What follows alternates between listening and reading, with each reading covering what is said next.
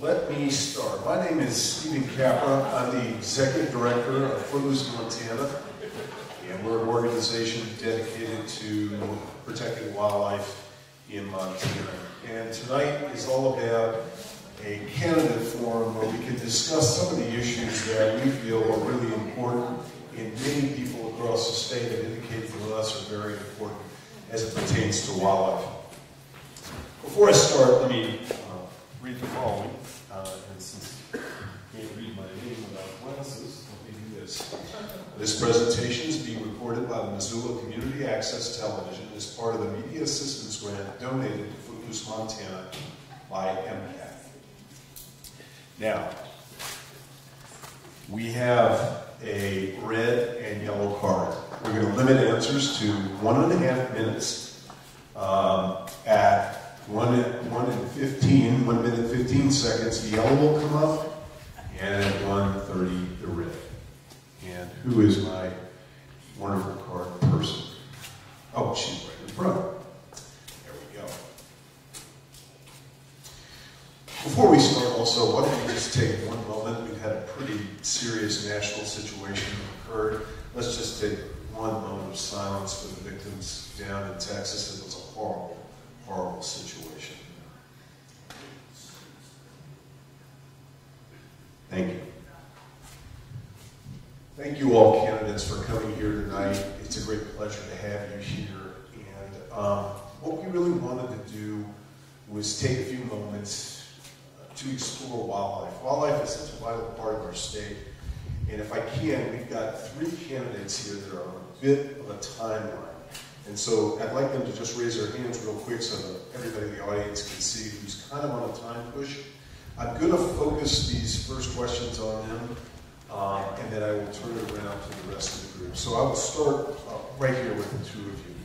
First, can you maybe tell me a story in your past, in your life, where wildlife and the importance of nature was really important to you? What was that moment that was profound for you in your lifetime? I'll start with you, Bob. I'm Bob Carter, candidate for House District 98, and I have been getting out. I was born in Great Falls, grew up in Montana, working on farms and ranches out in eastern Montana. And from very young, as a teenager, with divorced parents coming back to Montana, being under the wing of my uncle, who was a huge outdoors enthusiast, as in, you know, take a can of beer, go camping for 2 or 3 weeks is his sort of motto. And that to me was my escape from school and from pressures of life. And I look forward to that still. I'm still a big outdoors enthusiast, an activist, and that's something that draws so many people here to Montana. Hey everyone, thanks for being here. My name's Andy Nelson and I'm also running for House District 98. I grew up in Culbertson on a farm 5 miles north of Culbertson in eastern Montana. And wildlife and the environment is also very important to me. Growing up in the rural rolling hills of eastern Montana, there's all sorts of wildlife. I grew up in a family that liked to go out to Glacier National Park and Yellowstone National Park when we'd go on family trips, or down to Colorado and we'd hike the outdoors, and that was a big part of my upbringing growing up. I'm going to go over to Willis because Willis is on a time constraint here. Willis, maybe you could answer that real quick. So I'm Willis Kirby. I represent House District 98, but I'm running for Senate District 49. I grew up in the Bitterroot. And of course, I worked on our family farm there. But in the meantime, we did spend a lot of time in the various canyons of the Bitterroot, and there working, recreating with my family. We had an opportunity to interact with wildlife who had come through our camp. And my wife and I have spent 40 years of camping in Great Bear, in the Bob, in the Selway, And so wildlife and outdoors has been a very, very big part of recreation for me. Thank you. I'm going to turn back to you guys again for a few moments. Last legislative session, we saw a lot of action that occurred in the legislature that was very, for some people, the perspective was it wasn't very good for wildlife. And some people expressed frustration that Democratic candidates weren't able to do enough in terms of introducing legislation or moving harder to be more vocal about bills that could be introduced or fighting in a more public way about things that were occurring. The question is, what do you see in the coming legislature season, understanding that there may be some more bills that could be really divisive for wildlife in terms of trapping or things like wolves? Do you see being more of a voice in this legislature, or is the answer simply that you're up against such a powerful majority that there's really nowhere a Democrat can go with a situation like that? What would you say to that, Bob?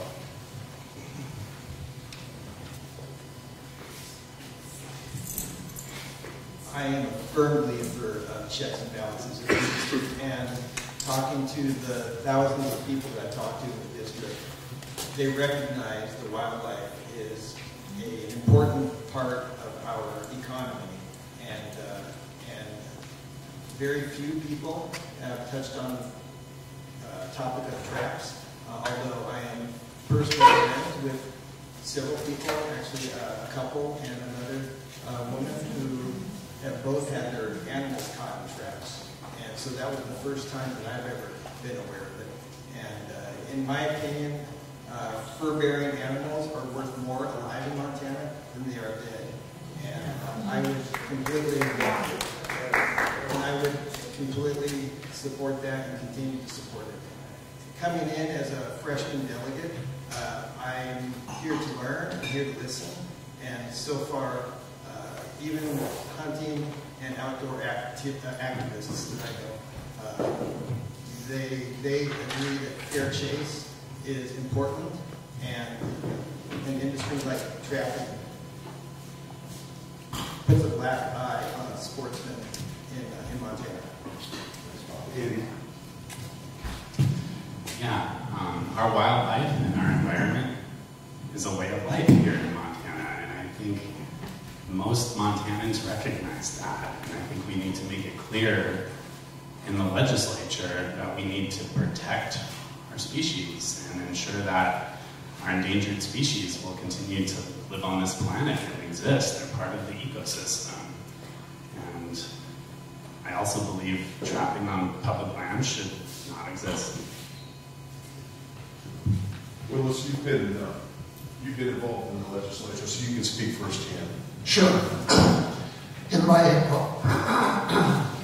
4 terms, I've been an advocate for clean, cold, clear water in the state.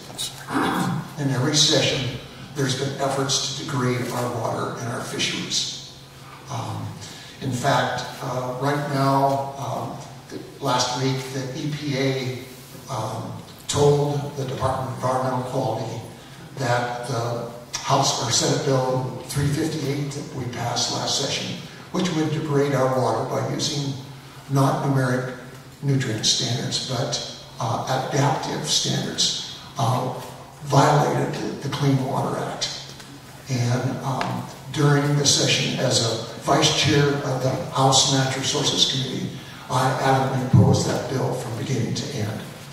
I've also, today, the reason why I have my tie on, one of my interim committees that I sit on is the Environmental Quality Council. We have oversight on the Department of Environmental Quality, Department of Natural Resources and Conservation, and the Department of Fish, Wildlife, and Parks. So today, much of our discussion was about the lawsuit that the radical group UPOM is pushing to slaughter 50,000 head of Montana elk. And my mission to the department today was we need to be very transparent about the department's relationship with the plaintiff, and that We need to use a strong, effective defense to push back on this lawsuit. Thank you. I'm going to turn now to a question of public safety. We talk a lot about public safety. Public lands belong to all Americans. And one of the things we all cherish here in Montana is our outdoor recreation. But when we want to go out and recreate at certain times of year, traps seem to be the thing that is covering a lot of these public lands. Now, we have less than 1% of the population that traps in this state, half of 1% if you really want to know the number. My question is, and I understand that they have a lot of power in the legislature, what can we do and what would you suggest be done at moving towards creating protected areas that are free of traps and ultimately ending trapping in the state? And I know that's not going to happen overnight. The question is, we have urban wildland interfaces around here, around Bozeman, around communities like that, that are places people like to recreate. Pets are being caught.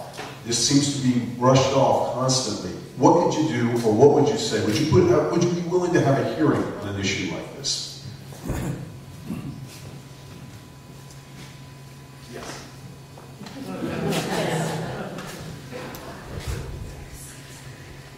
Baiting animals to come into traps on public lands, I think if most people were educated in the state about being knowledgeable for what's happening, I think you'd see an overwhelming support banning trapping on public lands. And I think that educating people and getting the word out even more so than it is going to be one of the most positive things we can do. And to that end, I would be willing to do what's needed to get that word out and try to educate people. Because if we don't get the people behind us, we're it's not built that we can't do that. So yes, I would be willing to stand for that. Yeah, we would need to create public awareness on these issues and mobilize our party to do the same.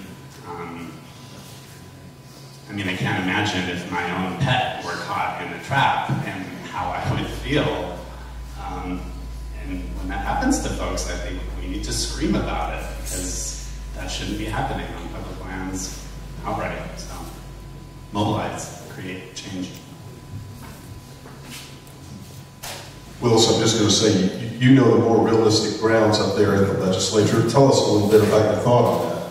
So this last session, we made a small incremental movement towards dealing with how trappers interact on our lands. And what we did is we passed legislation requiring anybody who trapped in Montana had to go through a trapper education program. Now I know to a lot of folks that's not meaningful, but it is a big step in terms of requiring people who are going to do this to know what the rules are. Personally, there's no reason why we can't have one notification that traps on public lands, even especially in urban areas, because again, the Montana Department of Transportation does use trappers in certain areas to, how should I put it, remove beaver who are potentially causing a problem with roads and culverts. Secondly, I would support legislation that would put limits, especially in high traffic areas, in urban interface areas, off limits to trapping. Thank you. I'd like to bring a few more people in. I know you guys are on a tight timeline here. I think you've answered a few questions here. I'd like you to stick in. And before I do that, maybe there's a question from the audience. If somebody would like to ask a question, I'd love to get one question from the audience before I go further. Are trappers required to have their names on their traps?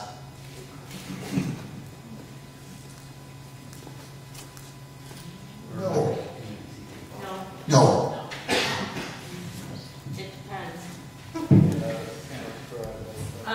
Sorry, my name's Claire. I'm with Footloose. I teach a lot of our trap release workshops and have read the regulations backwards and forwards every year.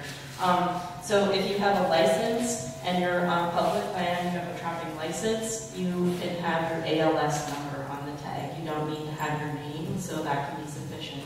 If you're trapping on public land without a license, say for coyotes, you need to have enough information so that authorities can contact you. So that will be name and some type of personal contact information.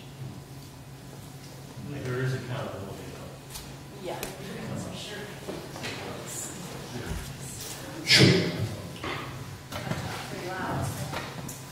So the question I have is, once we get further into this, and let's say the law does pass where the trapping will be illegal, who at that juncture will be in charge of enforcing fines and or penalties to those individuals who do break the law? Because as we know with the grizzly bears, basically nothing is done if you shoot a grizzly.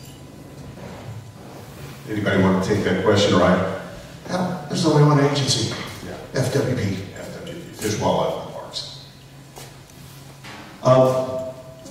Speaking of which, let's go ahead and take the most important question out. It's been beat around for the last 6 months, and it's wolves. We know there's a huge controversy over wolves. It's kind of turned into what I would call a cultural issue. It's a cultural divide. It's almost a wedge issue that's been created. And I'd like to know what you see, and I especially think in terms of areas like the border of Yellowstone, where we had so much publicity that really went around the world. Not a really good reflection on the people of Montana, not a good reflection on the way we look, and at the same time, it's kind of it makes you scratch your head when you think of the value of those wolves in terms of tourist dollars versus what we're seeing out there. Is there anything in those areas that border Yellowstone that you see being done in the next legislature, or what do you say should be done if you have a magic wand? So I want to let everybody know straight off the bat that I opposed every of the egregious wolf bills that were proposed last session. Okay? When we come to wolves, we deal with science, and that's where we are. Now, concerning the hunting district just north of the park, I'm sorry to say that's a Fish and Game Commission issue. The legislature is reluctant to set quotas or to pass legislation that deals with hunting in district by district. So if we want to make a change in the hunting on the north side of Yellowstone Park, you're going to have to get the attention of the Fish and Game Commission. And those are the folks who set the hunting regulations for each one of the districts. The legislature, again, is not interested in doing so. Okay, everybody's yelling at me, so I need more people involved. Tom, you know this issue backwards and forwards. What do you think can be done, if anything, or should there be anything done? Yeah, my name is Tom Franson. I represent the north side of Missoula and the North Hill, but for 35 years.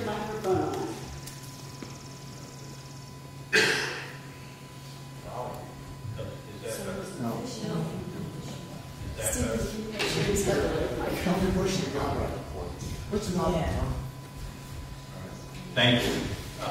I worked for many, many years for the National Wildlife Federation and was one of the leaders in the whole effort to reintroduce wolves through the 1980s. And that culminated in the Fish and Wildlife Service through the Endangered Species Act, introducing about 35 wolves to Yellowstone Park into central Idaho. And that's really the basis for a very, very successful wolf recovery effort in the Northern Rockies, and one that is, through that success, we now have viable populations in Oregon and Washington, and wolves breeding in Northern California. So it's a tremendous wildlife success story. And That said, Idaho, Montana, and Wyoming are rural states with very conservative legislatures that are dominated by rural interests. I would tell you, as a member of the Fish, Wildlife, and Parks Committee in the House, as someone who's invested an enormous amount of time and effort into education on wolves and their role in ecosystems, and as an icon of native cultures, it was pretty darn discouraging to see hunters and pro-trappers and legislators come in and repeat the same old stories about wolves that we heard in the 1980s. Let me just say quickly that I do think, I think the Fish and Wildlife Service is looking at relisting wolves, and that issue will really come down to a connectivity issue and whether wolves are able to, whether the science shows that wolves are able to move across the northern Rockies. And just as another way of looking at this, I do think the Forest Service has authorities to limit where trapping takes place on public lands. And I think they may be a better avenue for regulation than the Montana Legislature or the Montana Department of Fish, Wildlife, and Parks. Thank you, Tom. Senator Warville, I'd like you to maybe weigh in this from a tribal perspective. Maybe your stance on this, and maybe where the tribes come down on some of this. Well, nice to see everybody. And you know, Tom, Representative Francis, one of the people I go to when I have questions about this. So you guys got a very good person here for the panel tonight. So his answers and his work has been great on so many levels in his past employment. I won't speak for any particular tribe. Of course, I'm a member of the Salish and Puni tribes, and I can speak to my personal beliefs and positions. And you know, I think some of the tribes across Montana vary on how they go about managing wolves across the state. I personally think that, you know, it's been shown that wolves create very vibrant ecosystems when managed responsibly. I think the science shows that, especially in Yellowstone. I also think that I think advocacy is very important at the state legislature. I think we need all of you to come in and share your positions. We need the science to be provided. We need that advocacy. But rural Montana is, you know, when you sit in the seats in the state legislature, you learn real quick. There's a very passionate dislike, I would even say hate for wolves, for bears, for grizzly bears, and it's very frustrating from where we sit. And so, you know, I think, you know, a lot of this work happens at the federal level. I hunt, fish, predominantly hunt most often. I don't hunt wolves. I grew up from a place where, you know, I was always taught to, you know, I only hunt what I eat, right? And so wolves is not something I've ever been interested in. I think that where I come from, of course, we have a good reputation back home on the Flat Reservation for managing wildlife. So I don't want to speak for our scientists and wildlife folks back there. Jonathan, you want to say something on this issue? We can get that right to you. Is it? So I guess I'll just add that I think a lot of times we talk very kind of playing defense against a lot of these Republican bad bills when it comes to wolves and wildlife management. I'd also like to see the legislature and all of us personally that end up in any sorts of positions of in government to support some of the proactive measures that we are taking in Montana to help people, especially in rural areas, especially on working landscapes, live with wolves, live with grizzly bears. In fact, the Blackfoot Challenge, I think, is such a good example of how, you know, you have landowners who are making a living off of ranching and off of other activities on the landscape, working with Fish, Wildlife, and Parks, with the Forest Service, with U.S. Fish and Wildlife Service, to find real solutions to living with wildlife. And I think that once we also show landowners, show people in rural areas that we are willing to invest in solutions to help people live with wolves having to make a living with wolves and bears on the landscape, we can be in a much better position to combat these bad bills because we're providing a solution and a path forward, which I think everybody is much happier to live with. You know, I find, I mean, I've worked in rural areas, and I find most people are not, you know, you have some people hate wolves, but a lot of times people will talk about how, you know, wolves, bears, they kill cattle, they're concerned about their livelihoods, and I think if we can alleviate some of those concerns, it's a good path forward when talking about human-wildlife conflict. I'd like to hear from a woman in the audience here because we've been talking about men. Okay. That's fine. Thank you very much. Could I see just one? Yes, sure. So, you want to pass, we want to put a heat on the bad bills that come up. We need more folks, like most of us sitting here, to be elected. Okay? That's number one. You can't do it with sitting back and let people get elected who oppose your point of view. Bottom line. Thank you.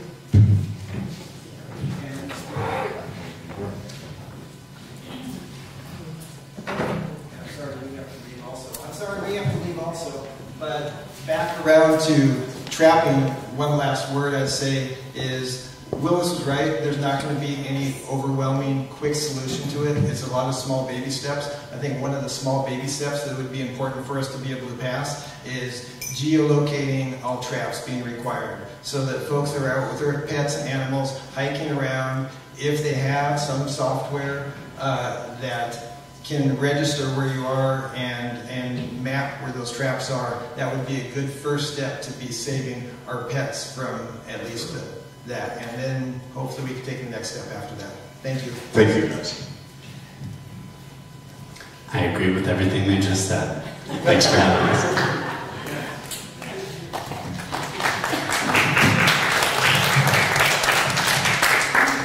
Andrea, you were going to say something? Thank you. I'm Andrea Olson, and I'm the Vice Chair of Ag, and so I'm just going to follow up on comments. You know, for many of us, wolves find themselves into our hearts, into our imagination, into our, some of us, our dreams, and certainly into our vision of the future. And in celebration of Biodiversity Day, we also know that our very survival depends upon the diversity of our wildlife. But for many people, wolves find their way into, as was mentioned, into the cattle field or the pastures where cattle are.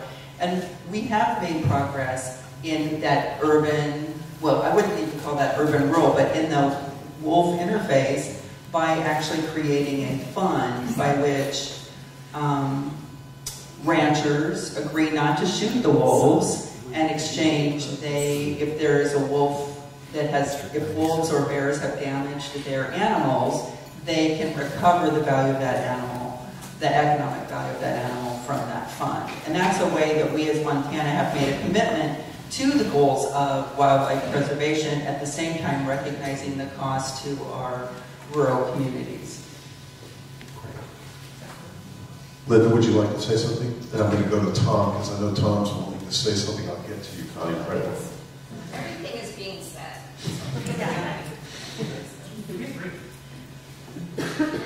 Sorry, is it? Can you hear me? No. Yeah. No. It's like I have my I agree with all of everybody up here as far as wolves go, and we know that they're a vital part of our environment. And I think a lot of public education is key also. And as far as what Democrats can do, I really think even if, hopefully we don't, vote for us, even if we end up not being the majority, rallying groups and getting people to get their voice heard against bad bills works, and also to support good bills works. So I think that's something that we can also do to support the things that matter to us and to kill the things that we don't agree with. Tom, now you're running for a congressional seat, and what we've been hearing a lot about so far is what can happen at the legislature or what can happen. But the big issue with wolves is relisting. That's at a national level. That's with Interior Secretary and with Martha Williams, U.S. Fish and Wildlife Service head. Tell us what you can do in Washington to help us. Well, I think one thing we can do, and I should say thank you everyone who's a legislator here. I've been you before, and you guys do have hard work. And part of my job, I think, in our campaign here that we're doing, and as well, hopefully in Congress, is preparing the ground for the work that you all do. It's very clear that organizations like Footloose Montana, the people on this stage, such as it is, we are the front line in protecting the living inheritance that we have in Montana and the living landscapes that are there, including wolves, which are an inalienable part of this place, no matter what some rancher who's angry about it for cultural reasons thinks. And we need to be standing up, and I will be standing up in this campaign, and again, hopefully in Congress, showing that the majority of Montanans are on our side. They believe in sound management practices, that we believe in the Endangered Species Act, and also that we ensure that other states are able to take what? It's been the work of 2 generations, including Mr. France here, on saving wolves, reintroducing them to our places, right? It's a lot. Montanans have spent decades and millions of dollars and hours and thousands of hours of community collective effort to save these creatures. And now we have one bad organization that can come in the guise of Gianforte and ruin that for us. Your legacy should last longer than that. And the legacy of wolves should last longer than that. And so at the federal level, you also have to talk about being a leader and changing the culture around this. We are not a bunch of country bumpkin idiots like most of the country wants us to think we are. We are better than this. We believe in wolves. We believe in management that is sound and ensures their long-term health and vitality across the entire Northern Rockies ecosystem. And coming from my office, I hope to do that so that it makes it easier for you all to make your arguments to the people and also do sound management practices in Montana. Thank you. Connie, Hello. Hi there. I'm Connie Keogh, and I represent House District 91, which we are sitting in right now. Go from University Avenue all the way up to the wilderness area. We can't lose sight of what an economic driver having wildlife around us is. We all know what, how the visitation in the parks has increased in the since COVID began. How people come from all around the world to get the opportunity to see a wolf or a grizzly bear or whatever. And I think one real proactive approach would be to help really get that information. There's numbers out there about how it helps our local economies, the people who are coming in and visiting the parks. But I think it would be very proactive to try to understand and advertise how important that is to our economy. So that's just one point I want to make. Again, I agree with everybody, and I sit on education, budget, and appropriations, so I don't get to hear all of you when you come and talk about the bills and your concerns. But I do have a couple of suggestions about that would help me personally. And because we don't often know, my time's up. I'll tell you later. We'll come back. I want to get Devin in because Devin has not had a chance to say a word. So Devin, say something. I'm going to switch topics here after that. I appreciate it. Devin Jackson, I'm running for House District 97. And like Jonathan here, I'm one of the few people that's running for a red seat. It's a large district that encompasses a lot of hunting land. And actually, this has been brought up multiple times at the doors to me. And like Shane says, there's a hatred of wolves and bears. These people do not appreciate them. But being in Hunting District 1, I also know that we're a little above where we need to be with wolves. That being said, I have always supported fair chase, and so I do not support the current changes that we made just recently with addition trapping, and we opened a hound hunt on the lions. Lolo, the community I'm from, has had at least two, maybe three interactions with lions directly in our urban environment. It's a wild-lion-urban interface. These things need to be addressed, but we shouldn't address them by giving up the things that make us Montanan, and fair chase hunt is one of those things. And so that's where I think a lot of the sort of hatred comes from, is they just view this animal as something that needs to be stopped. And if we can help them understand that this is just an animal that was living here and we moved into its environment and we need to adjust to this, then that's the only way I think we're going to be able to move forward with this current GOP administration. Those very small areas where we can find common ground, those are going to be where we're going to have to work. Thank you, Devin. I'm going to introduce another person who just joined us here, and I will preface it by this. If there was a candidate that Footloose Montana, and of course we're not into endorsing candidates, and we can't, but one of the candidates that's given us the hardest time, obviously, has been Representative Paul Fielder. He is the person responsible for introducing all the bills that deal with hound hunting, snaring, the extended trapping, all of the things that have really caused nightmares for wildlife on our public lands, and he has plans for far more, I'm sure, in the next legislative session. But we have brought over from Sanders County, Mrs. Coleen Hines, and I want Colleen to say hello to everybody. She is running against Paul Fielder.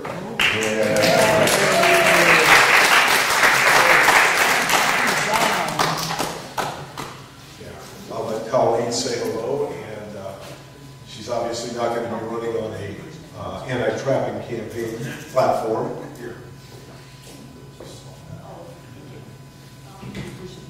I'm standing because I'm kind of short, and I just want to say thank you very much for inviting me here. I'm a total newbie. My background is a nurse, but it comes from caring, and I care for all of God's creatures, people and animals. So I'm hoping to, when you see that there's a problem and you don't get up and do something about it, you're just as bad as the problem. So I'm gripping on it, and I'm going to in that campaign for Sanders County. How about a question from the audience? Does anybody have any questions here? I've been hogging in. Why don't you ask the question? Just a clarification, and Mr. Purdy's not here anymore, but this Fish and Wildlife Commission you mentioned in this lawsuit, isn't it completely appointed by Jen Fortin? Yes. Yes. So therefore, we can assume that everyone on that committee probably shares the same anti-animal sentiments. Well, I think it's probably not too far-fetched to think about that. But let me, you raised a question that I've been wanting to ask, and that is, there's a lot of buzz lately about the privatization of wildlife in Montana. And we see this more and more where landowners are getting wealthier out of the deal. We're not seeing kind of the fairness we've seen for elk hunters for a long time. What's going on, and why, my second part to that question is, why are we seeing management of an agency being directed by the legislature as opposed to the agency being able to use science and its own experts to manage wildlife? I'm going to start with you, Jonathan. Thank you, and that's there's a lot to that question, but I guess to kind of on the overarching level, there's a lot of money in wildlife, and I think sometimes we manage wildlife as if there's not markets for wildlife both then and alive. The North American model of wildlife conservation, one of those principles, there's no markets for wildlife. But we do have those markets, and I think when we're managing land and wildlife, as if there's not markets for those, we end up making those markets worse and losing control of them. What I mean by that is that we have, thinking about land management, for example. You've got areas of landlocked public land, which allows some landowners to basically keep large amounts of deer, elk, and other animals on their land to lease that out to outfitters and guides and things like that. And so what I'd like to see is the legislature and working with the commission, working with Fish, Wildlife, and Parks to more proactively look at not just managing wildlife from the perspective of how many hunters do we have on the landscape, but thinking about it from a whole ecosystem perspective. Because it's not just about hunting quotas, right? We also have to think about habitat management. We have to think about, ecosystem considerations, watershed-based management, so that we can move toward a place where we're looking at why, basically the question you asked, why is it that wildlife is becoming more monetized? What are those markets forming around wildlife? And how can we regulate those markets to prevent them from becoming out of control? Senator Margot. Well, thanks. I think a lot of this is pretty straightforward. I think there's a lot of wealthy folks coming in, and it's, folks scratching their rich friends' backs, let them do hunts on their properties. And we see, throughout Montana, we're seeing more and more lands being bought up. People who traditionally were more community-minded when it came to managing our wildlife resources for the public at large. And now there's this perspective of, this is mine, and I'm going to make money off of it, and I want my wealthy friends to come out here and enjoy the sport, which is not how we should be viewing it. It's not sport. It's managing in a way where we're connected and we're coexisting. I think you see the same sentiment. We talked about wolves and bears, but you see the same sentiment with bison, right? It's this competing interest, and if it interferes with your bottom dollar, your financial needs in any shape or form, you have to eradicate it. That's the perspective of a lot of folks in the legislature, and it's the perspective of a lot of people across Montana, and it seems that it's becoming more and more prevalent across the state. So, for me, I think a lot of it is just the way Montana, the way we've always viewed wildlife as Montanans has shifted and changed, I think, and it's continuing to do so. And I think it's our time to take that back, take more control of that, and bring us back to who we are as Montanans.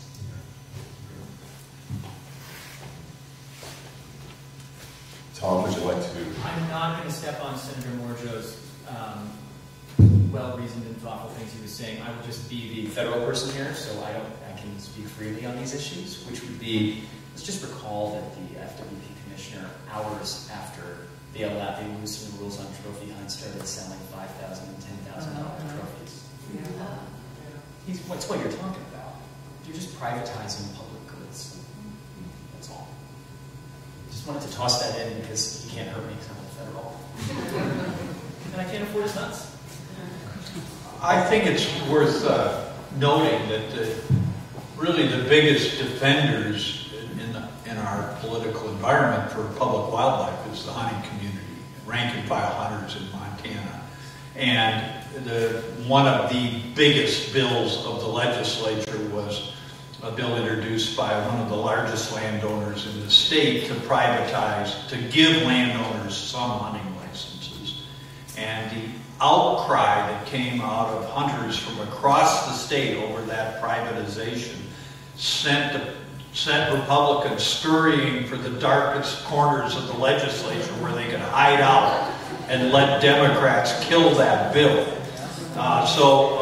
Certainly for this audience, recognizing that the hunting community in Montana wants fair chase, they want equal opportunity for permits, they are by and large vehemently opposed to privatizing our wildlife resource, but also recognizing that property rights and private property are important to Montana, and there is always going to be a tension between private property and public wildlife, and vigilance in the legislature is necessary to ensure that that does not slide over too much to private landowners, because they are a lot of the Republican majority in the House and Senate.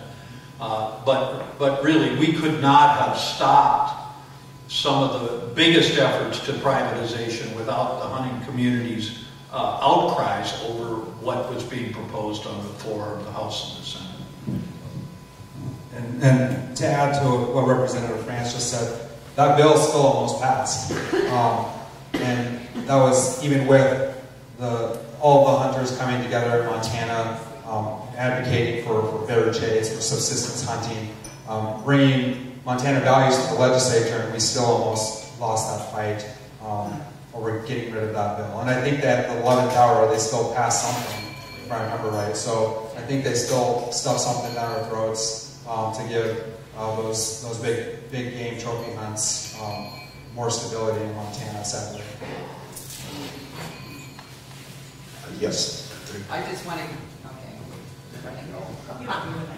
want to give a shout out to Representative Marilyn Marler, who wrote an excellent article on this subject to all of the papers in the state of Montana. So you should have a chance to see it, because she really sums up these arguments that we've been making about bringing back Montana values to this subject and not letting ourselves become the playground. Going back to the science, I think we all know that Governor Gianforte is not a scientific man. That's not what he relies on for his information, unfortunately.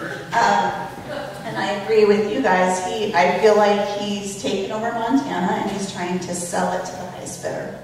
And I think the people of Montana that live here and know this land and love it, we're going to have to fight really, really hard. And that's, it's going to be voting, it's going to be paying attention, just like he said. If there's things, it does work when people stand up. But we have to keep doing it, and there has to be a lot of us. But it does work, and so that's the other thing that we can do, to stand up for the place that we know and love. Speaking of close votes, the last legislative session, we came within 2 votes of making trapping part of the state constitution. And I don't anticipate that it'll be any less of an effort in the next legislative session. How do you see that? How do you see us tonight? We invited a number of Republicans to be here. And funny thing, they didn't come at the end of the day, because that was a question I had for them. But this is going to be a razor-thin majority. And I should say, am I correct in saying if they get 2 more votes, if they get 2 more elected officials, they'll have a supermajority? Is that correct? Yes.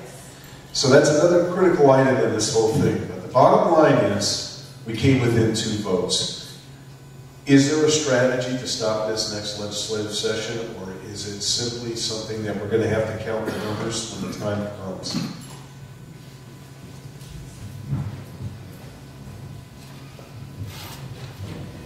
I'm on. Okay. So I think the main strategy right now is that we don't allow them to become a supermajority, because all hell's going to break loose when that happens. So I'm going to ask you all tonight to start, if you haven't already, start donating to a couple of specific candidates who we are worried we're going to lose. And one of them is Willis Curdy. He is working really, really hard, but he's got a tough Senate campaign ahead of him against Representative Cheetah. You all know his reputation. It's crucial. We lose his seat. We're down 1. We also are worried about our friend Tom France's campaign. He's out there working really hard. He's doing everything he can. He has an opponent who is pretty visible, and it's a swing seat, but we're worried about it. In addition, we've got 2 great candidates here that are running for the primary in what House District? 96. It's a swing seat, and whoever wins the primary, very fortunate we have 2 great candidates. will be up against Kathy Whitman and, oops.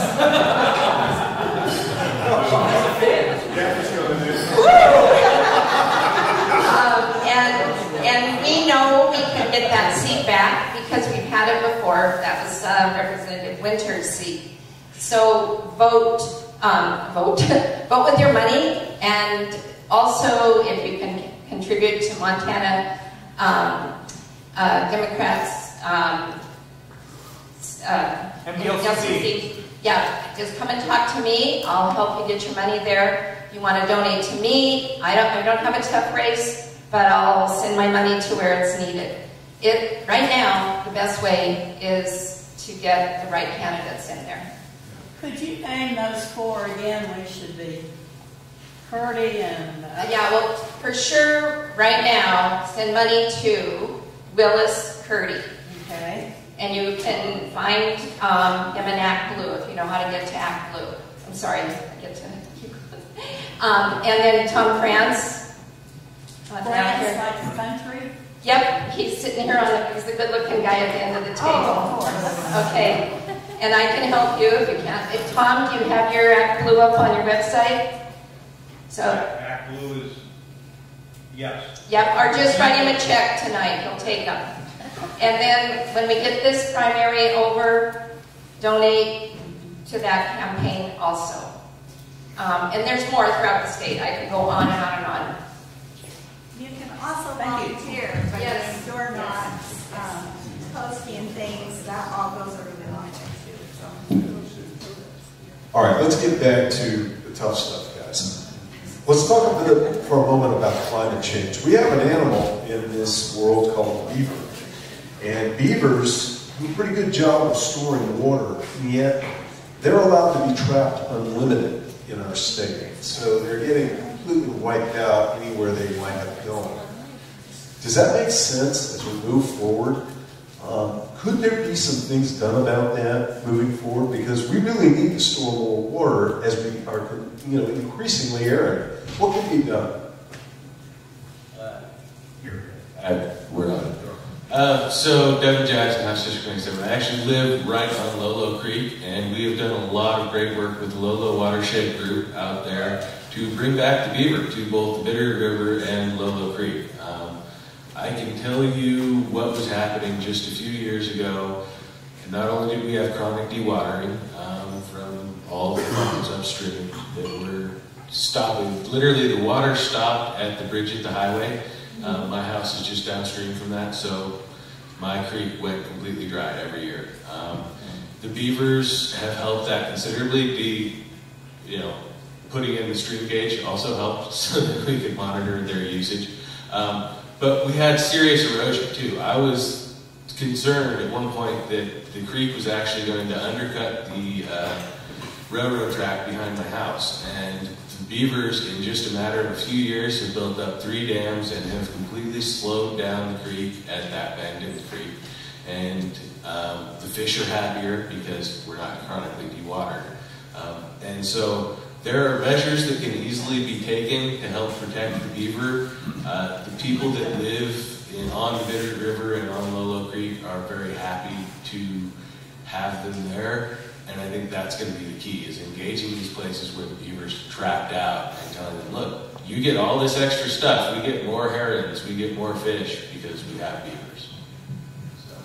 It's important for climate change also, studies. Go ahead. Yeah, I'd just say the National Wildlife Federation and the Clark Coalition and Trout Unlimited have a very vigorous beaver restoration program. A lot of it's working with landowners installing beaver deceivers, which will drain out a dam just enough to not flood the farmer's roadway, but not enough to have the beaver go fix the dam and reflood it. There's lots of work going on in Prairie, Montana to restore beavers to those watersheds, and it's not, there are certainly challenges, but there are a lot of landowners who we might end up fighting on elk, we might end up fighting on wolves, but they're also recognizing that they need more water on the land, and maybe one of the most positive areas for landowner conservation relations is around beaver conservation. So beavers are actually a kind of an ascending species as opposed to a declining species, and maybe a happier story. I want to switch again to another species here. I want to bring back what I've heard, and that's the idea that in the next legislative session, Paul Fielder will introduce a bill to declare wolves varmint, and will also include the idea of poisoning. And this is something we haven't seen before, and I'm very concerned about that bill. And I want to know what you think can be done to stop such a move, and do you think it's likely he could do something like that? You guys have been there. You know him better than me.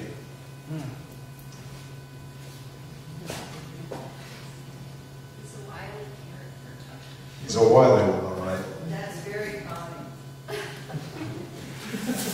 I won't force anybody, but I do find that to be a kind of a next chapter in the war on wildlife in our state. And I'm wondering, could he go that far?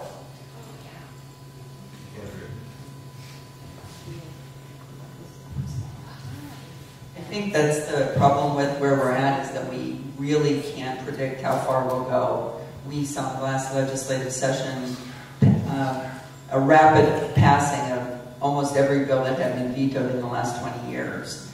And some very, bringing back guns, for instance, to bars and banks and places that even in the Wild West.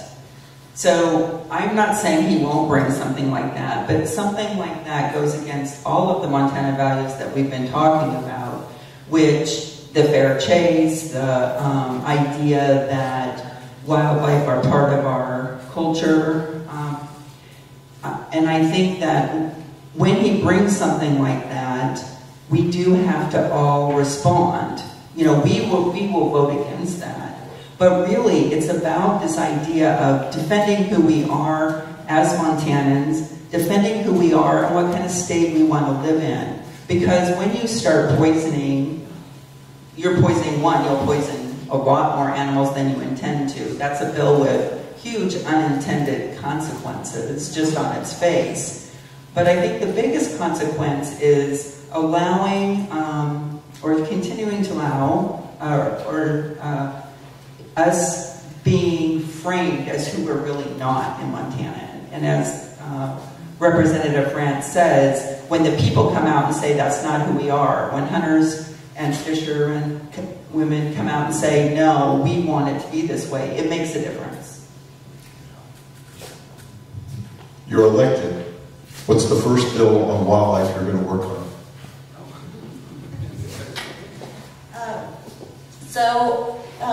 Colorado is doing some really good things, kind of the opposite of what we are doing currently. And the legislature there has actually legislated wildlife corridors. And I think that that would be one of the first things that I would want to do. And I know that we have contracts with ranchers, but I feel like, especially right now, that's under attack. And so it's harder, if you have legislation in place, it's going to be harder to get rid of it than if it's just a contract. So that would be one of the first things that I want to do. Thank you. Jonathan, you and I talked a couple of times about some things. What would you do if you were elected? I think one of the biggest things is, we've chronically underfunded non-game. We have huge amounts of money which goes to research and management of game species, and that's good to study game species. But we derive a huge amount of information, scientific information that informs management by studying non-game species and by taking kind of a broader ecosystem approach. So I'd like to see the legislature work on doing all we can to support non-game conservation and think more broadly, keep thinking beyond just adjusting quotas for hunting, but toward ecosystem and watershed level management and conservation. Because I think that's where so much of the future is. It's not just in deer and elk, it's in the whole ecosystem approach. So I would look toward supporting and funding non-game conservation. The one other thing I'll add, adding on to what Linda mentioned, the last thing I heard regarding wildlife overpasses, underpasses, is that kind of the peak investment in that was 2008. And so for a period, Montana was really ahead of the game when it came to preventing, when it came to facilitating wildlife crossing roadways. And we've sort of fallen behind on that. And that's also something that I think we need to get ahead on, not just because of the ecological benefits of wildlife being able to move across our landscape, but of course for, we save lives by doing that too. So I guess those are the two things there. Well, you're not in a position to do, you're not on this committee, but I know you've got a voice. What would be a wildlife issue that you would like to move forward with? I think we need to look back at the Habitat Montana program, because it's made a change to only leasing easements and not buying up land. So I'm really concerned about public land, losing access, and would love to work towards something like 30 by 30. It's kind of a pipe dream, but it would be great to see that. It's starting to happen in other states. So, yeah, I want to change a lot of things.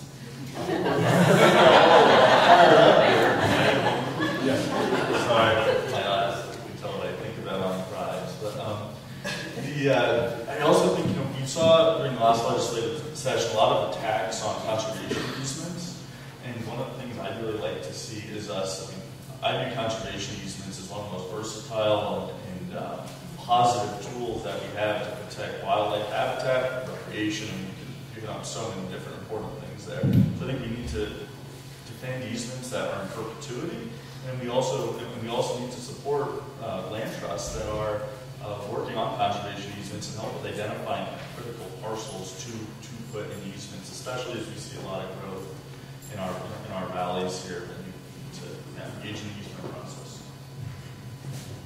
So I think that's why we need legislature on that, because they're trying to get rid of that because they want to develop and make money off of this property. They don't want us doing that. A group of people, we want me. So I think that legislation piece is really important for that reason.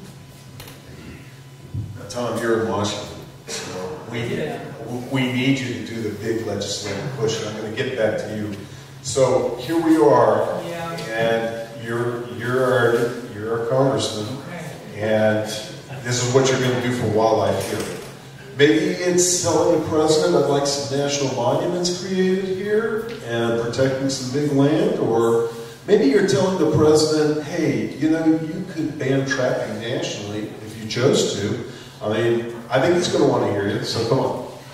Let's have Joe Biden's cell phone, clearly. Yeah. You just walk right over, it's one building to the other. I appreciate that, and it's what is the first thing you do when you get into any legislative situation, and I appreciate also the answers we've gotten here from people who are coming into the legislature for the first time. When I got there, I had absolutely no clue what I was going to do, and I didn't expect to win.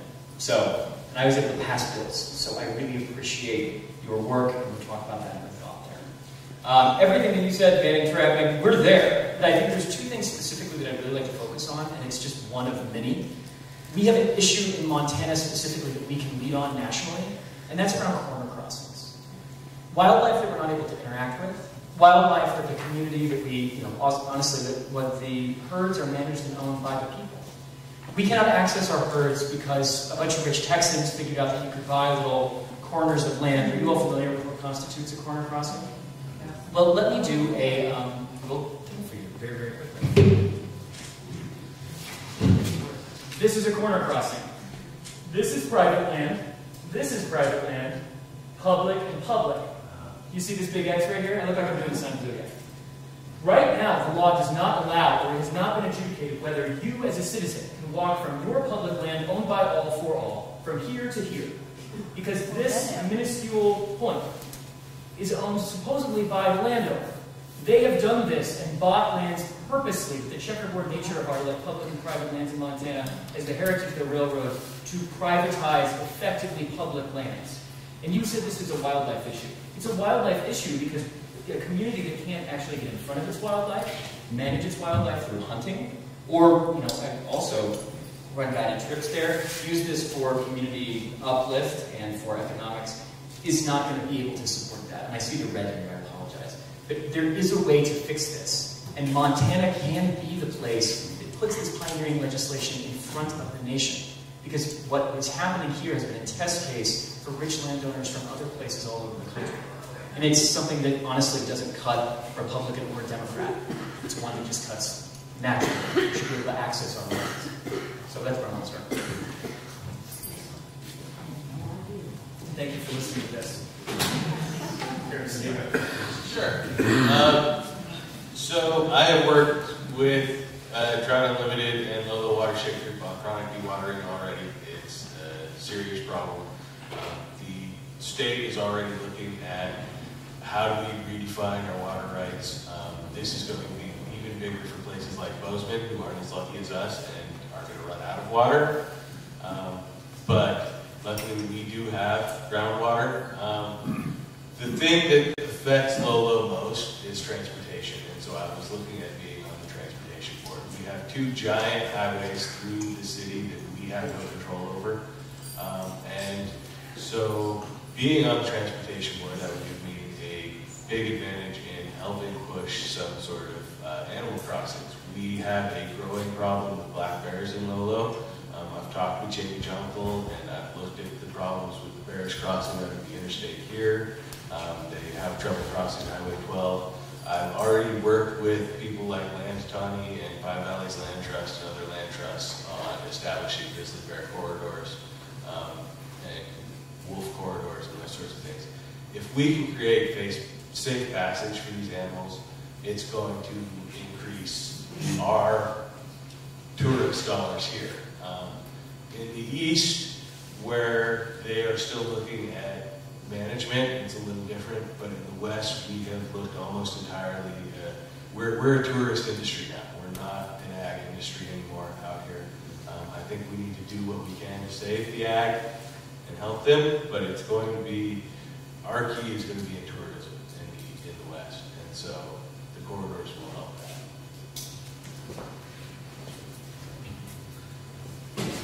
Wildlife killing contests. I'm going to bring that. Oh, sorry. Go ahead. Don, you want to say something? I'm not going to guess that question. Yeah, I introduced a bill in the last session to require trappers to put markers out where they had traps, and my primary allies in that were bird hunters who are concerned that their dogs are going to run into snares. And I do plan to reintroduce that bill in the next session if I'm reelected. I do want to put in a plug for President Biden and the bipartisan infrastructure bill that passed last fall, which has in it $350 million to build wildlife crossings, and it was part of the Transportation Act was part of that bill. And this will be the largest investment in wildlife crossings that this country has ever made, and really reorient federal and state transportation programs. So, you know, occasionally there's some good news out there, and I think this administration should get some real credit from conservationists for putting that bill together. Absolutely. I apologize. I actually want to answer this question because I want y'all to know about the bill. So as Vice Chair of Ag, you end up trying to come up with interesting ways to try to have conversations and also solve real problems. And I'm just, in honor of biodiversity, I want to bring up the bill that I got past the House but didn't pass the Senate. And this was a bill to look at the bees, which are by Montana law considered livestock, but as we know are essential to our very survival. Without the bee we all go. And so the bill itself would have been a discussion of food security, soil health, pollinator protection, pollinator habitat, as well as looking at the fact that in Montana we still grow some of the cleanest, finest food and produce some of the best products, and how to make that economically viable so that we can preserve our environmental and cultural, these things. So bringing that together, and this bill passed with the support of everybody on the Ag Committee, and it was killed in the Senate, and it was a study bill so that we could really start to look at all of the different aspects of these kinds of things instead of always being focused on just one thing where it's a yes or no. Thank you for your time. Could I ask what the reasons were given for killing the bill in the Senate? She's a Democrat.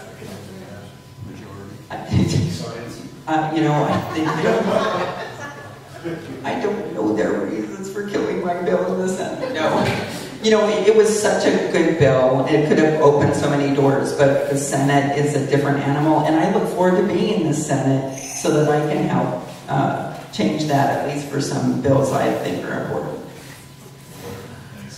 I brought up wildlife killing contests. It's an issue that is a plague again on our state. We have these things. I know some years ago there was some interest in a bill of getting rid of wildlife killing contests. It hasn't happened. Is there a Democrat here that would be willing to introduce a bill so that at least could have the opportunity to go into a committee, or if it even would get there, but at least so that the public could get engaged on why we should not, this is not obviously a fair chase situation, and it's a situation that's really another scar on our state in the way we represent ourselves. And the killing contests in our state are anything from prairie dogs to wolves to coyotes. Tom, you look like you have something to say. Introducing legislation, you do have to balance where you can be effective and where you need to make a statement, and sometimes there's a tension between those two things.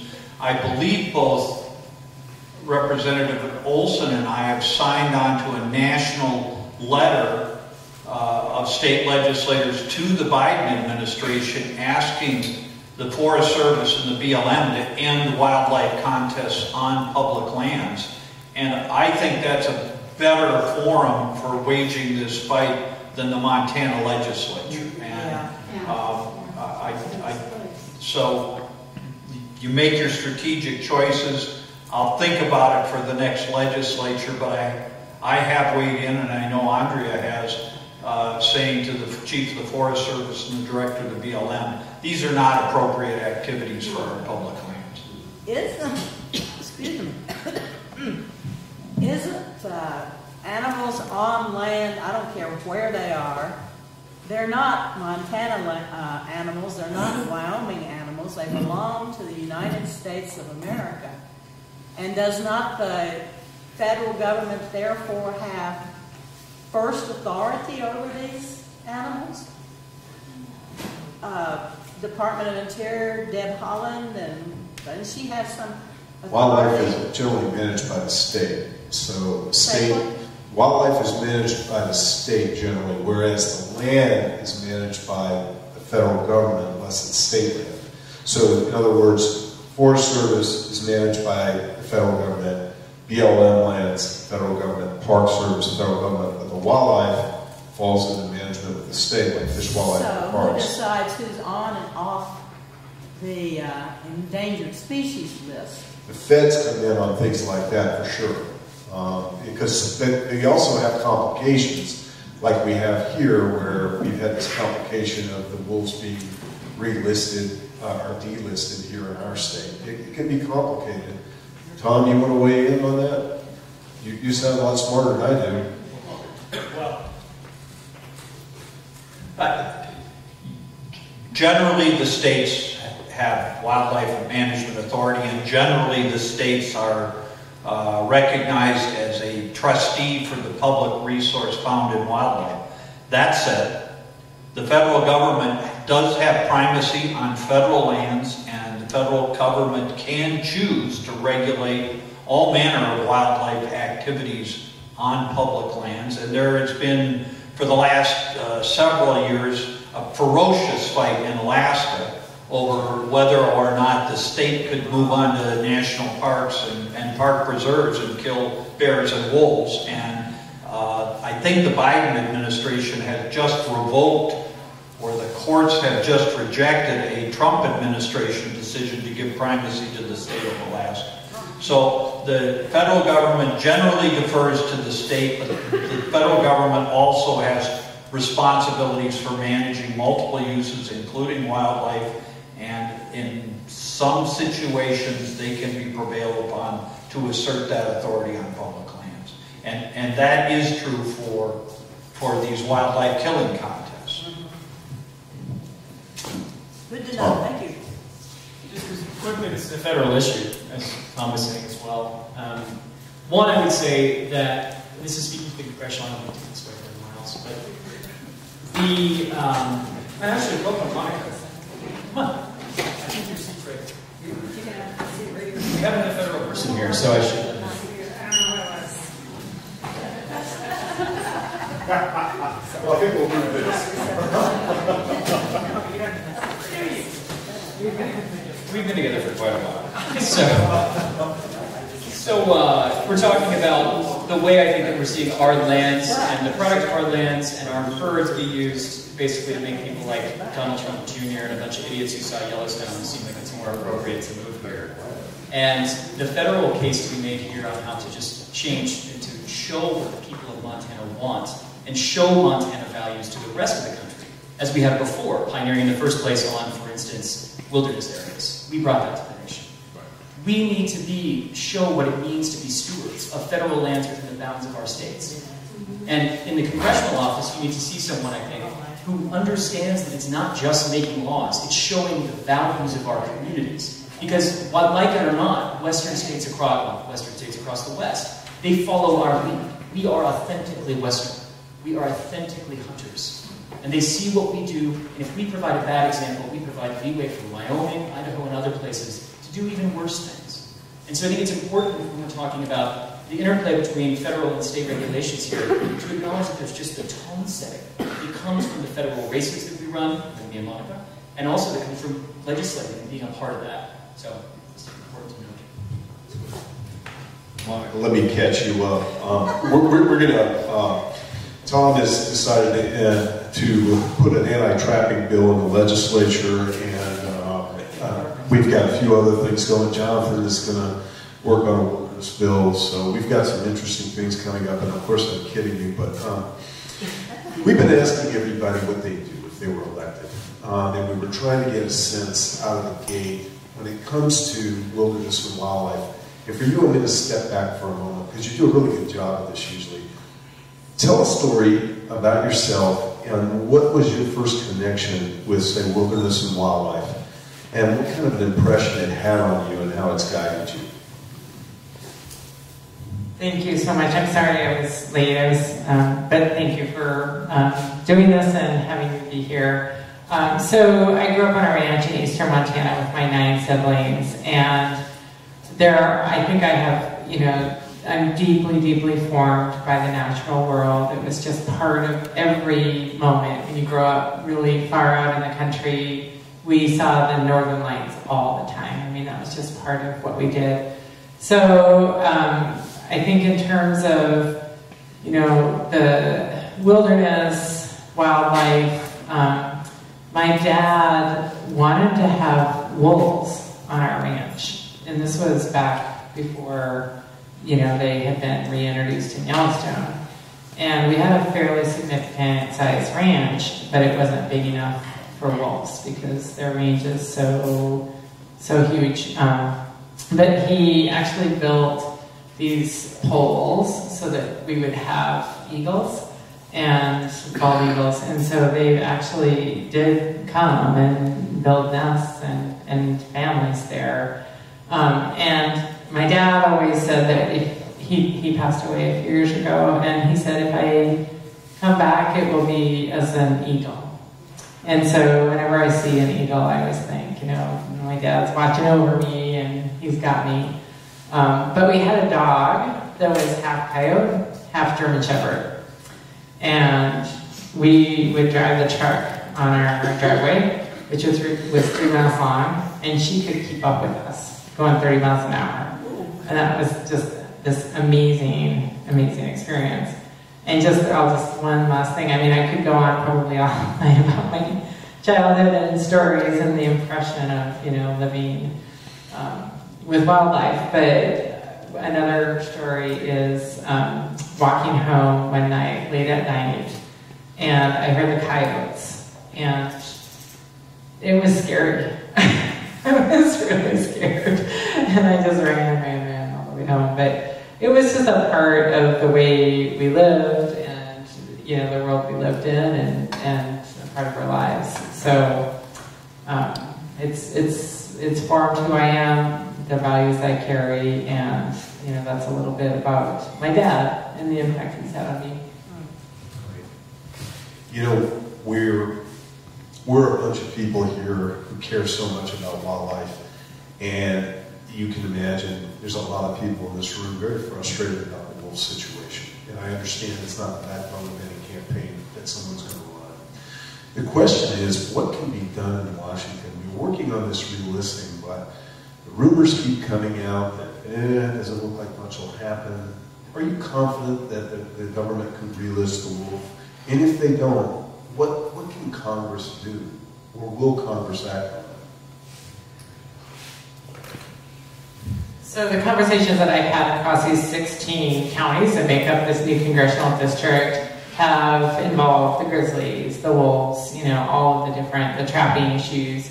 And Sanders County, my opponent in the PSC race was Jennifer Fielder, and so, these are issues that in Sanders County I've seen, how hot they can get. But I think that looking at these in a balkanized fashion is really more of the problem. I think we need to look at holistically across the greater Yellowstone area. My older brother is the deputy superintendent of Yellowstone, and talking about, look, the bison don't understand what the border is. So we've got to look holistically at what we're doing with wildlife management, with forest management, with drought, and with later winters, with climate change. I mean, where are these species finding homes now? Where are they being driven to?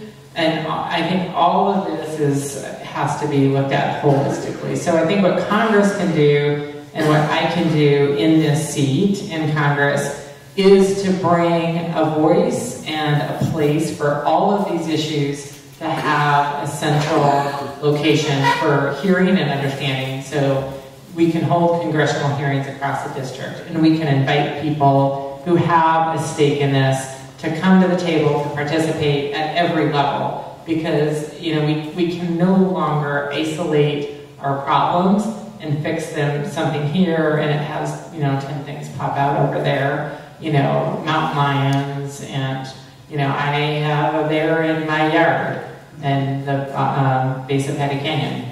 So I think we really need to figure out what we're doing holistically across species, across states, and I think that is a really great opportunity in Congress to have hearings, invite people from the entire Pacific Northwest and into eastern Montana as well. And those are things that I would be very excited to look forward to doing.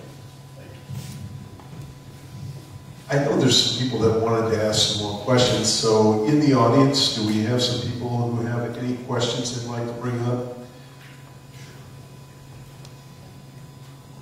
It's not really a question per se, but it just seems like we live in a town with the University of Montana and an environmental sciences program, a lot of offshoots from that. Why are they not more vocal in what is going on environmentally? I don't see them at a lot of things that involve wildlife anymore, except for maybe the Blackfoot challenge. I mean, it's totally science-based. There's a huge support system there that just seems really untapped. And the other thing that I'd like to bring to attention is, especially when you're talking about bird dogs. I have bird dogs, love to bird hunt, but I have a lot of places I can't go anymore because of the trapping and snares, just not worth it. And I've talked to vets that have absolutely no idea this is happening. If they're urban veterinarians, they really don't see a lot of dogs that get out they try to do just areas that don't have traps. But if you're utilizing public lands, I mean, you just can't bring your dog out to these areas.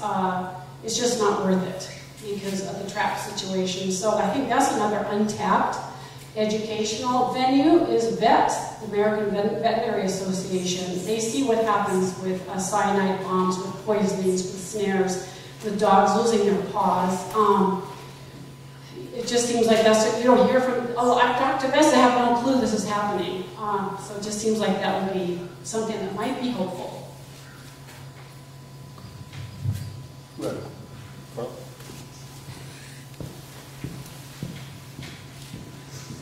Hi, my name is Carla Benetti. I'm curious about something that I've heard many of you say, and that's regarding the issue of the Montana way of hunting being fair chase, and how you believe that that's kind of the foundation of what the Montana has been in the past.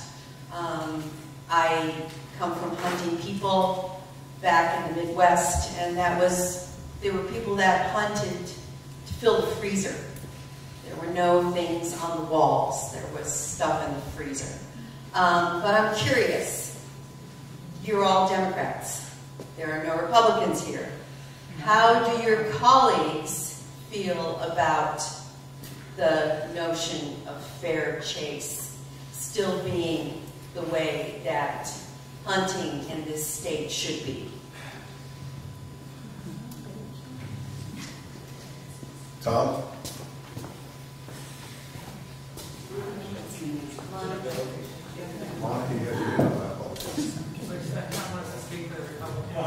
Yeah, I mean, you know, in those politicians, it's the devil's always in the details, and certainly many of my Republican colleagues are ardent hunters, and they regard themselves as conservationists, and I think most of them would say they are in support of fair chase principles.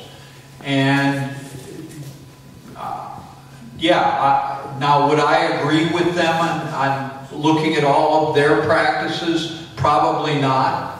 But I don't think they're walking away from those kinds of beliefs in Montana. Are they favoring landowners and saying, yes, we need to have more closer relationships with landowners, and that means allowing them to privatize some wildlife? Yeah, they're saying that.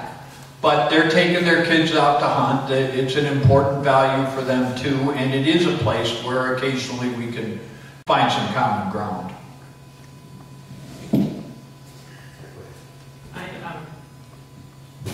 I can't speak for the Republicans who are running for office. I can tell you some of the experiences that I've had in eastern Montana with some of my ranch clients. I do water rights as a lawyer, so my practice is statewide. Excuse me. And I actually was just out there last week, and I got in a side-by-side with my ranch client to go tour the place and look at the ditches. And he has his hunting rifle right next to him, you know, and he came across a skunk that he didn't want on his ranch. And so I think what I have seen and experienced is much like what Tom is talking about. I mean, these are people who are abiding by the same kind of practices without respect to it. It's not a political divide. It's as you described, a way of life. It's, you know, something that's very much integrated into how they live their daily lives. But I would also note that the Wilkes Brothers Ranch is basically ring fencing the Snowy Mountains, and our family's ranch is just east of that, and they've made it inaccessible for regular folks. And so they have privatized an enormous amount of public resources, not just in land, but in terms of wildlife. And that, you know, that's not a fair chase, no matter how you characterize it. So, I'm going to ask this question because we have a lot of issues with this, and that's our Fish, Wildlife, and Parks Agency. A lot of people are really concerned this agency is not managing wildlife properly anymore in this state. They're concerned about grizzly bears being delisted. There's a lot of concern about what's occurring with the wolves and the fact that, again, there's the strong arm of the legislature that's enforcing this. How do you see working with this agency, and do you feel confident that this agency, under this administration, is doing the right thing for wildlife? I don't have an opponent, so I'm going to let the big people talk for the most part. What I'm seeing in my district, which has a large hunting district, is that the privatization isn't going over well. FWP's management is sort of frustrating them to the extent the guides are frustrated. We have elk meadows in a whole lot of both private and public areas, some of it checkerboarded. North of if you've ever driven up Highway 12 to the border, to Lolo Peak, that's all in my district. That's a lot of hunting ground. And, you know, I talked to all the people that hunted, and not a single one of them is really happy with their relations with FWP. They're happy about their ability to get their new licenses passed. The fishermen are not happy about their interactions with FWP. What we do have, luckily, we have a state park in my district. That park is both run by the state and has a historic federal park. It's a whole bunch of issues. We get AmeriCorps engineers, not engineers, but AmeriCorps students that come out and actually live at the park and work there. We have the largest educational area, research area, which recently burned down in 2017 on Lolo Peak. So we do work with the university and with state agencies, but the one agency that seems to be the most aggravating for people right now does tend to be FWP. There's just no enforcement. I just want to add a couple of points. This agency is a mess right now. They have had a string of resignations. They've reassigned people. There's been suspensions. It's just been, there's a lot of internal conflict going on within the department. I don't know what the next step is. I don't know where the legislature can come in on that. But that's alarming, and that's a strong statement that things aren't going well there. So just wanted to make that clear. Yeah, so I work with FWP on some wildlife research projects. I have tremendous confidence in the biologists at FWP and the managers, on the employees. Up on 99% of the employees at FWP are doing amazing work and have cutting-edge research nationally related to wildlife. I do not have that anywhere near that level of confidence in the governor's appointed leadership of the agency. So I guess I totally agree with what everyone else has said. Matt, I think that, I don't know how the legislature does this, we need to support the employees who are actually doing the science and trying to work with partners, work with NGOs, work with the university, work with the Montana Cooperative Wildlife Union. I think we need to try to support them to the extent possible, because they're fighting, and I don't want to speak for the agency, but I think that there's a lot of frustration at their leadership.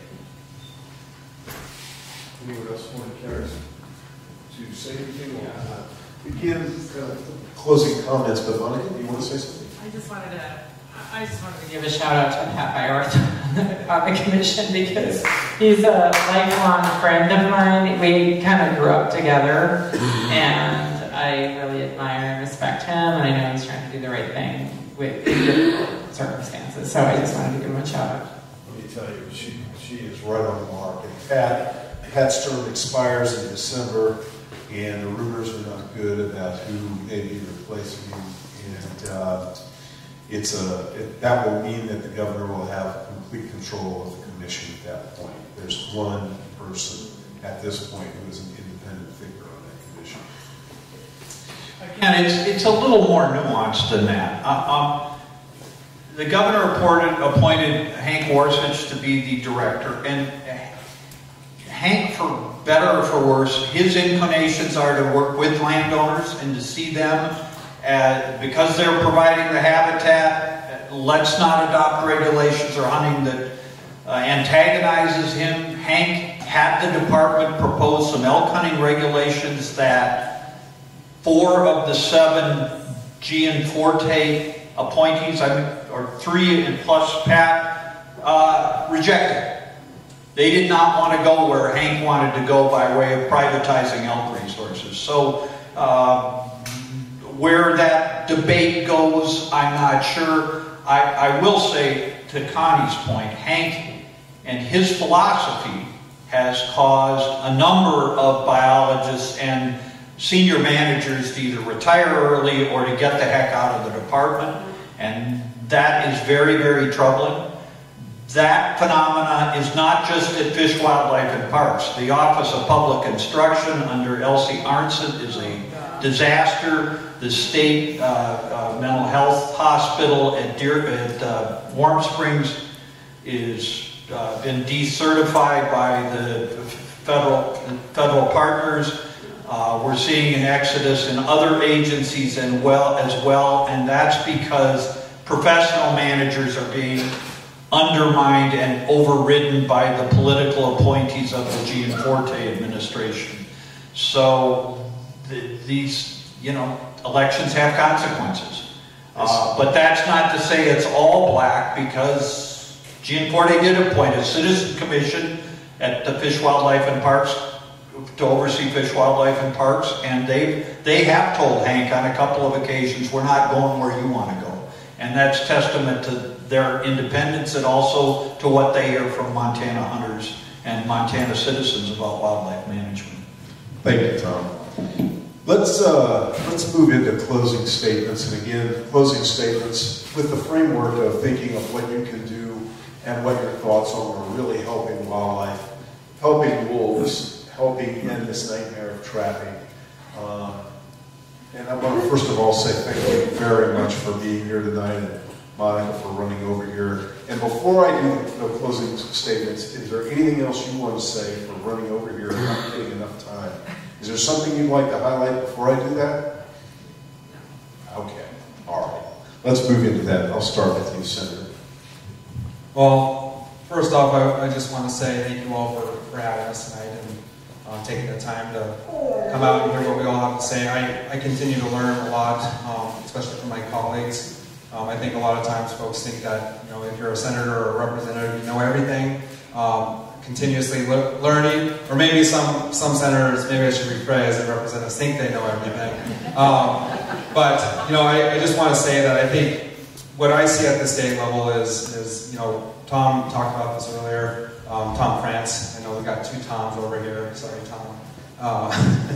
But I think you can take 2 paths in Montana. You can you shake the tree and then have a target on your back as a legislator for the rest of the session, or you can try and find common ground and work with your colleagues. I think that's where we found success. I think that's where we can use your help in the legislature, is working with our conservation friends. I talked about this earlier. In Montana, we're seeing lands being bought up in large swaths, private hunts, outfitters taking advantage of those increased licenses, and it's becoming more and more of a sport, using that Montana value. But what we do have still is this value in Montana where people care about the wildlife. We understand it's our largest industry, as Connie mentioned earlier in Montana, our outdoor recreation industry. People come here and spend money here because they want to see what Montana has. And so in preserving that, we have to find ways to work with our partners and coexist with them and find common ground.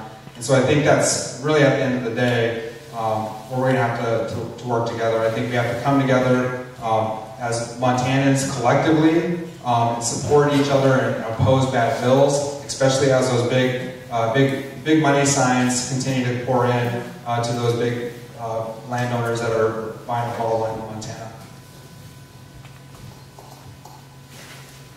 Thank you. So I grew up in the Bitter Valley. I spent so much time on that river. I own land on the Little Creek, as I mentioned. I can assure everybody, whatever I do will be to ensure that there is abundant wildlife, abundant trout and fish, and clean water in those tributaries. And it goes for all tributaries. One of the first things I did when I got back from school was help CSKT put in a sound system that caught Yellowstone pipeline and help them remove them from there and protect their water. I think that's where all of our wildlife is going to be. It's going to be in those water, in these valley bottoms. I hunt. Well, I don't hunt anymore. I still have developed venison in my freezer because my friends hunt for me.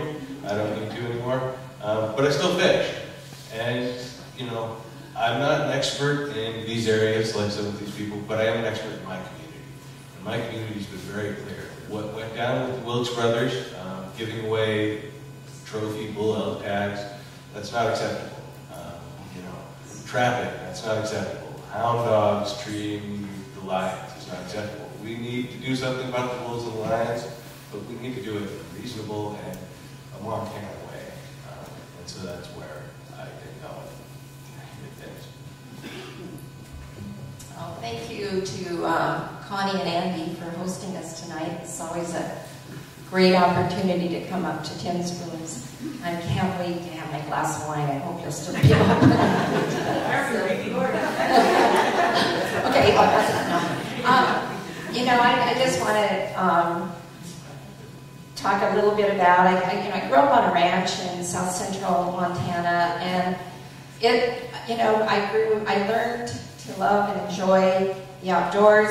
As soon as haying was done, we got our pack horses ready and went up to East Rosebud and camped at Rainbow Lake for a week every year, you know, and I grew up fishing and hunting. But I also grew up dealing with coyotes that were killing our lambs, and you know, my family having to make choices about what they were going to do to put food on our table. So I come from a real kind of diverse background in that I see all sides, but I am, and I thought that we could be good moderates as we navigate and communicate and mediate these issues. And what I discovered in the last session was there's nothing stopping some of these Republicans, Representative Fielder for sure, from destroying a livelihood and a way of life that we all embrace. So my main goals for this next session is, with COVID, you know, it was hard being present physically. There was a lot going on last session, but my main goal is to be more involved with the different caucuses, so I know the issues that are coming up and before they hit the floor. A lot of times we don't know what's going on until suddenly the bill's on the floor. So I'm hopeful to be more involved with that and to continue to protect what we have. And one thing that we haven't really mentioned tonight, Montana has one of the best stream access bills in the United States, and it's just so important that we can't let that go, and I'm afraid that's going to be threatened. We have a ban on wildlife farms. It's a lot of things we've got to be watching out for. But I promise you, I'll show up every day, and I appreciate your ability to keep us all informed, to be in contact with us. And I think I was trying to tell you earlier, let us know when there's something. Let me know that we should be speaking up on, because there's so much going on that it's hard to keep track. Anyway, thanks again, and here's Jonathan.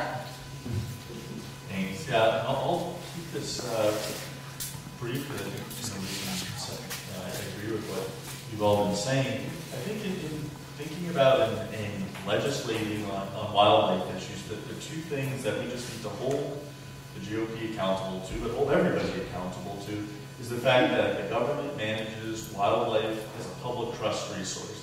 Wildlife is managed for the people and for all of the people, not for a subset of people.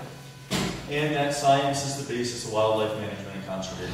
And I think if we keep on hammering those two principles, so much of what we see the Republicans have done and that they want to do, I mean, it goes fundamentally against science-based management and against managing wildlife for all people. And so I guess that, the one thing I think we just need to do is hold everybody accountable to those two principles.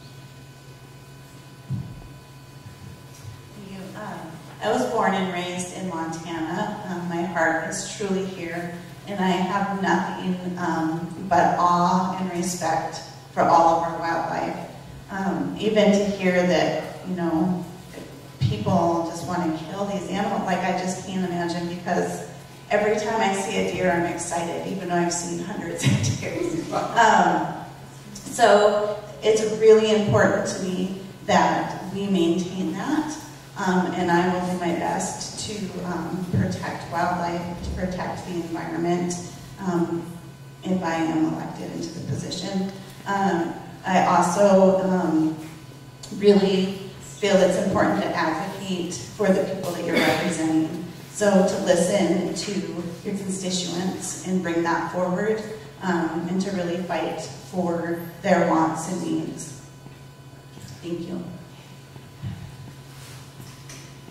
I'd like to thank everyone for coming tonight, and I want to encourage you all to know that when you love something like you all do, that you working together, coming together, being informed, and coming up with solutions, you can change the world. You can change these things that you're talking about. You can make movement on things that seem very difficult to make movement on. It, of course, does take time, and it really does take being involved at all levels, being willing to just go forward and knowing that you're educating people, you're encouraging people, and that we will follow suit as legislators. We will work with you if you have bill ideas, and we will help you make a difference in the community. And I would just like to do a very quick shout out to, we mentioned how important it is for folks who live in the kind of difficult areas like Representative France. But I would really like to do a shout out to Coleen Heinz, who's running really from where the very front lines. She is on the front lines, and I think if we all,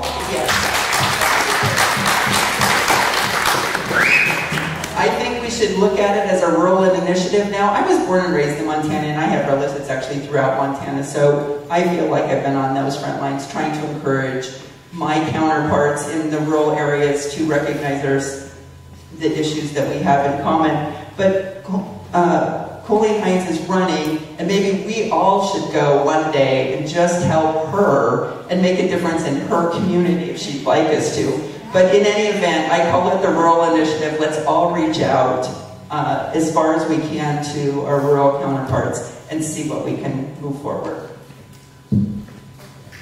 Thank you, everyone, Connie and Andy, for hosting this lovely event. And so I have a trivia question. Maybe somebody knows the answer to this.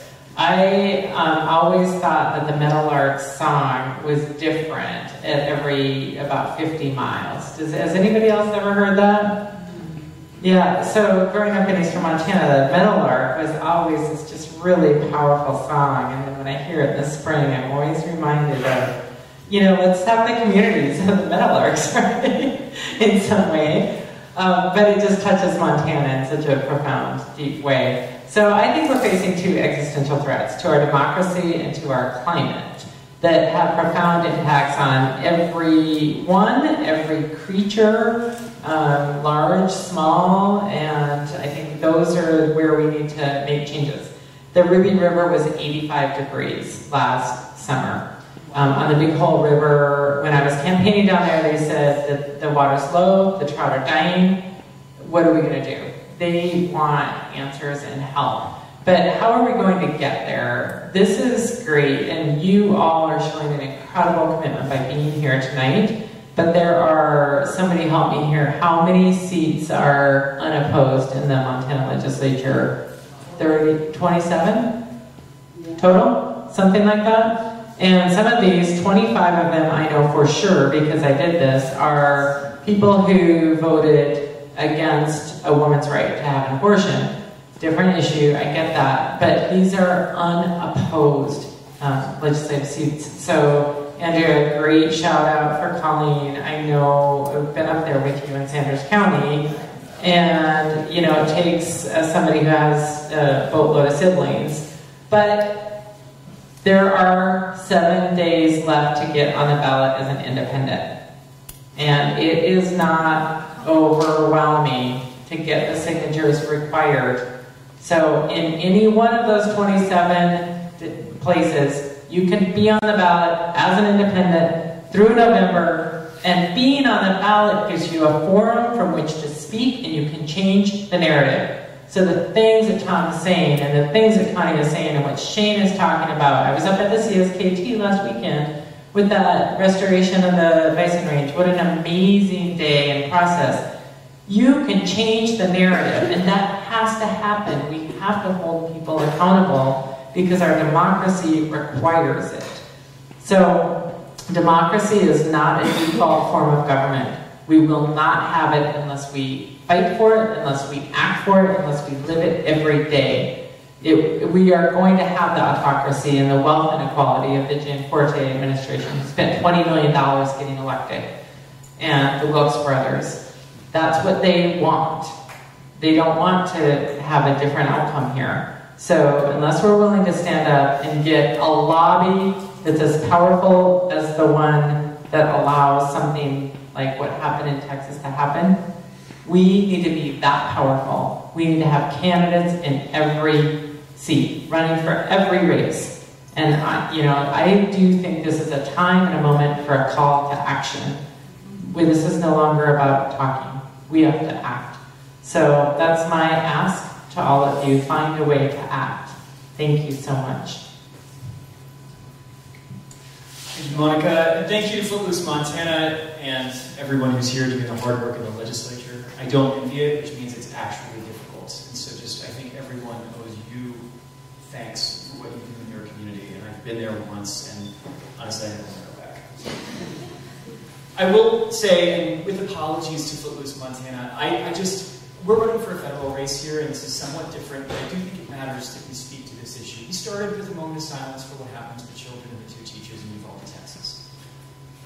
And what we've seen for decades is the NRA and corrupt politicians, mostly GOP politicians, in the pocket of the NRA and in the pocket of the gun industry, use the fair chase principles, use the hunting culture that is safe and beneficial to wildlife and part of wildlife management, especially in places like Montana.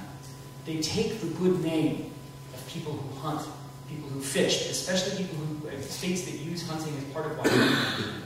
They take that and use that as a shield for the gun companies to sell weapons of war on the streets, that kill kids. They take our good name as communities that are largely dedicated to hunting, and they use that as a shield to keep selling AR-15s, which then are used to shoot children in classrooms. More than 300,000 people in the United States have experienced a shooting in their school in their lifetime. 300,000 people. That's a third of the state of Montana. We now have people who are old enough to be school shooters themselves, who have gone through and experienced school shooter training. This has been happening my entire life. And we cannot, and I say this with respect to Footloose Montana, I understand we're a conservation organization, but we must address this issue. They use our good name. They use the work we do as hunters and as people who are concerned about our wildlife and about our herd animals. They use that as a shield to ensure that there is no way for anyone to say that what they're doing is un-American. Our campaign calls for an assault weapons ban, because those are the weapons of war that are used to kill terrified people in small rooms. It is not a conservation tool. A rifle, a shotgun, is a tool of conservation.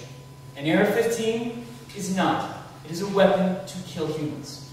And I just want to acknowledge that as we speak to these issues and say that I want you to know that our campaign is here with you, is appalled at what happened, and is also appalled on a daily basis of, again, dragging places like rural places with a good hunting culture of Montana into these issues as a shield for gun manufacturers. And I will end here.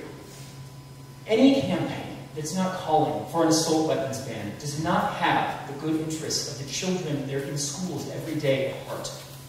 We have seen this for too long, and we have had our names as hunters dragged through the mud for too long to allow it as Montanans. These are Montana values, and they're being used to support values that are antithetical to American values. So thank you. I appreciate also the work of Footless Montana. You will not find a better friend to the wolf if I ever make it to Congress. I appreciate it.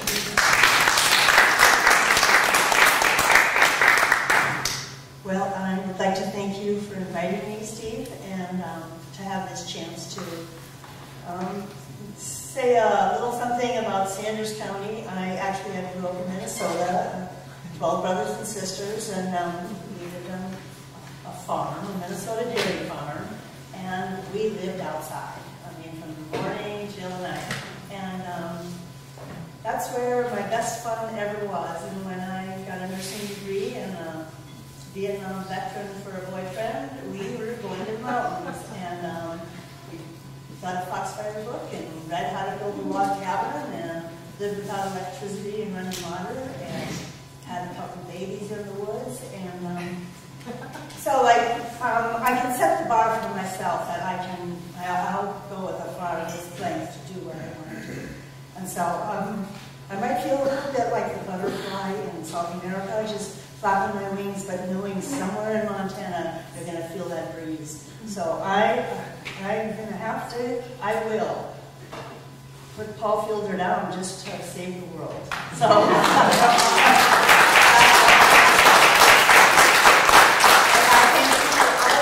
All your help, because we're all in this together, and we have to make every vote count. Thank you very much. There's really not much left to say. The eloquence of my fellow candidates is Tom, I had a fundraiser last night and said much the same thing about the awful shooting. I said this too, that Martin Luther King, Barack Obama all said that, voted, hoped that the arc of history bends towards justice. And I think I've always believed that. And I think I've also always thought, well, if I just stay at it, at some point I'm going to see that arc just get right in front of me. And the last few years have convinced me that the arc is bending, but it's much shallower than I hoped. And what that means is that we can't quit. We have to keep working at all of these issues. That persistence is maybe the trait we need most. We've got a lot of losses in front of us. We're going to fight some battles, but we're going to lose them. We can't quit. We've got to instill in our children the notion that they can't quit, because it's going to, that they will face these struggles too. And as an older Montanan, some of my friends say, well, why are you doing this? And it's because we have to stay at this. We have to stay at promoting, working for our values. And I guess the other thing I do think we do need to do is recognize the humanity in us all. And that includes Republicans and Democrats and independents. And God, there are some huge chasms between me and Paul. And he is about as tough to see good in as anybody I've ever met, but I try and do that. I try and recognize that we all have our beliefs, and we have to find a way to work together and moving together, finding the places in the middle, finding the compromises. That big changes are really almost impossible. We work at it a day at a time, a step at a time. And that's what I'll do if I'm reelected. And between now and November 8th, I'll be working every day to be elected because I think persistence is really what's demanded of all of us now in these times. So again, thank you to all my fellow candidates. It's been inspiring to listen to all of you and to the audience and the good questions and our hosts. It's been a good evening. Thank you.